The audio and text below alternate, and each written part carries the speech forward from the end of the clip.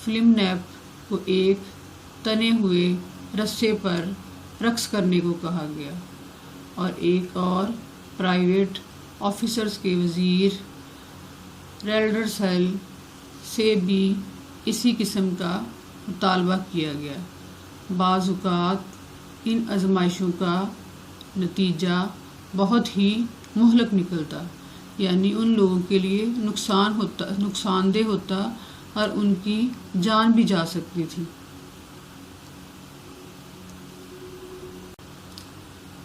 اور بعض اوقات یہ آزمائشیں ہلاکت پہ منتج ہوتی تھی، یعنی ہلاکت کا باعث بنتی تھی۔ پھر کچھ لوگوں کو بادشاہ کے ہاتھ میں موجود چھڑی کے نیچے سے رینگ کر گزرنا تھا۔ اس سرگرمی کو سر انجام دینے والوں کو مختلف دھاگے انعام دیے گئے۔ ایک کو نیلے رنگ کا ریشمی دھاگا دیا گیا، دوسرے کو سرخ رنگ کا ریشمی دھاگا دیا گیا، اور تیسرے شخص کو سبز رنگ کا ریشمی دھاگا انعام کے طور پر دیا گیا، اور انعام یافتگان نے یہ دھاگے اپنی کمر کے گرد باندھ لیے۔ گلیور کے بار بار کہنے پر بادشاہ نے اسے چند شرائط پر آزاد کرنے کا فیصلہ کر لیا۔ یہ شرائط کابینہ کے ایک رکن اسکائرش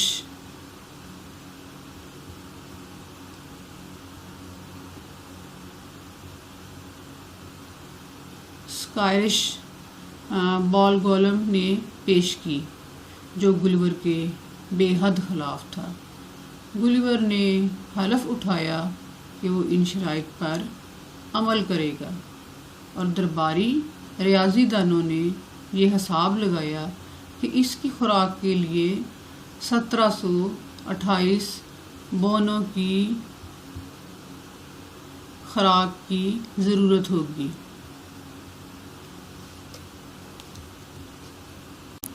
اب یہ پارٹ 1 اور چیپٹر 3 جو ہے، اس میں رائٹر جو ہے وہ یہ کرٹیسائز کرنے کی کوشش کر رہا ہے کہ یہ جو چیپٹر ہے یہ سیاسی پرسنالٹیز پر طنز کرتا ہے۔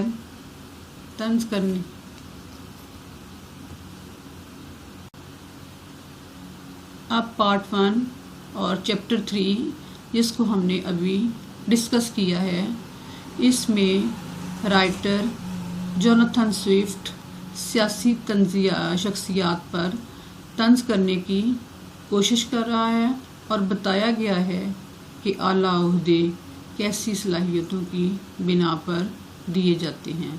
فلم نیپ سر رابرٹ والپول ہے۔ اس کی مہارت والپول کی محلاتی سازشوں کی مہارت کی نشاندہی کرتی ہے، اور ریڈرسل لارڈ کارٹریسٹ ہے، جسے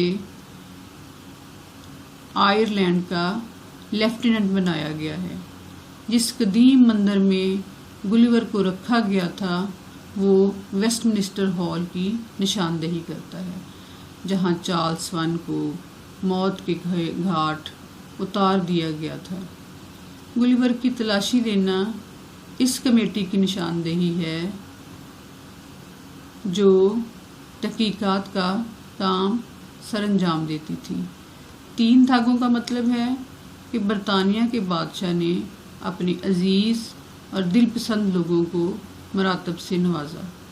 تو اب ہم پارٹ 1 کے چیپٹر 4 کو ڈسکس کرتے ہیں۔ Now let's start. گلیور نے آزادی پا لینے کے بعد اس علاقے کی سیر کی اجازت طلب کی۔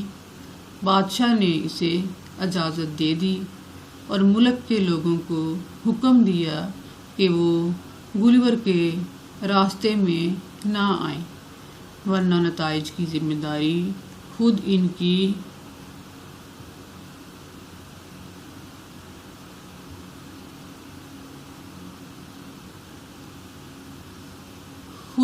کی ہوگی۔ لوگ گلیور کو گھروں کی چھتوں اور کھڑکیوں سے دیکھنے لگے۔ گلیور نے اندازہ لگایا کہ اس علاقے میں تقریباً 5 لاکھ افراد رہتے ہیں۔ وہاں کے مکانات 3-4 منزلہ تھے اور دکانیں اور منڈیاں سودے سلف سے بھری پڑی تھی۔ بادشاہ کا محل شہر کے عین وسط میں موجود تھا۔ گلیور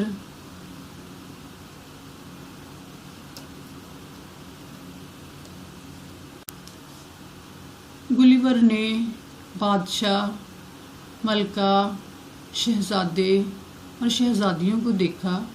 ملکہ بڑی شفقت سے مسکرائی اور کھڑکی میں سے اپنا ہاتھ باہر نکالا تاکہ گلیور بوسہ دے سکے۔ گلیور کو آزادی ملے تقریباً 15 دن ہوئے تھے کہ ریڈر سیل اس کے پاس پہنچا اور اس نے ملک کی صورتحال کے متعلق اسے بتایا۔ ملک کو 2 بڑے مسائل کا سامنا تھا۔ ایک مسئلہ تو یہ تھا کہ ملک 2 جماعتوں میں بٹ گیا تھا۔ ایک جماعت چاہتی تھی کہ انڈوں کو چھوٹے سرے سے توڑا جائے، جبکہ دوسری جماعت یہ چاہتی تھی کہ انڈے کو بڑے سرے سے توڑنے کے حق میں تھی۔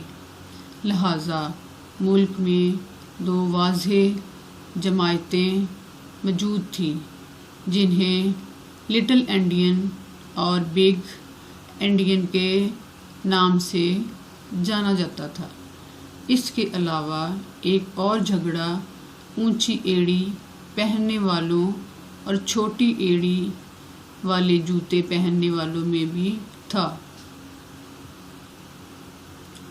دوسرا اہم مسئلہ جو ملک کو درپیش تھا وہ یہ تھا کہ ملک کو ایک ہمسایہ جزیرے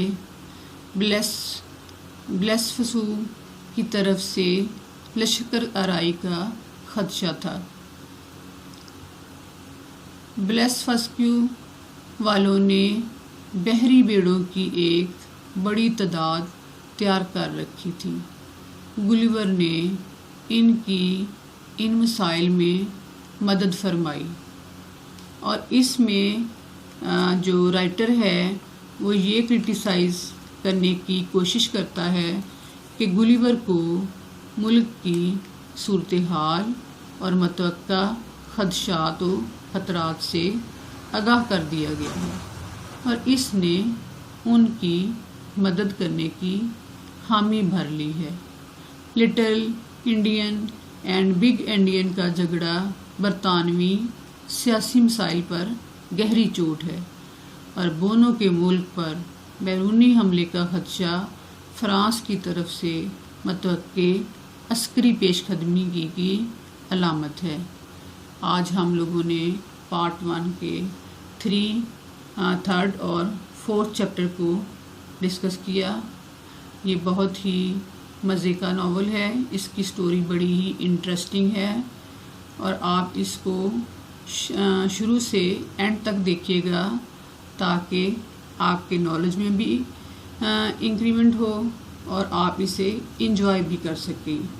اور پلیز میرے چینل کو سبسکرائب ضرور کیجیے گا اور کامنٹ بھی کیجیے گا، لائک کیجیے گا، شیئر کیجیے گا اور اللہ تعالیٰ آپ لوگوں کو اور ہم سب کو اپنے حفظ و ایمان میں رکھے، دنیا اور آخرت کی ذلت اور رسوائی سے بچائے اور قبر کے عذاب سے، دوزخ کے عذاب سے، کان دجال کے شر سے، دنیا اور آخرت کی برائیوں سے محفوظ رکھے، آمین۔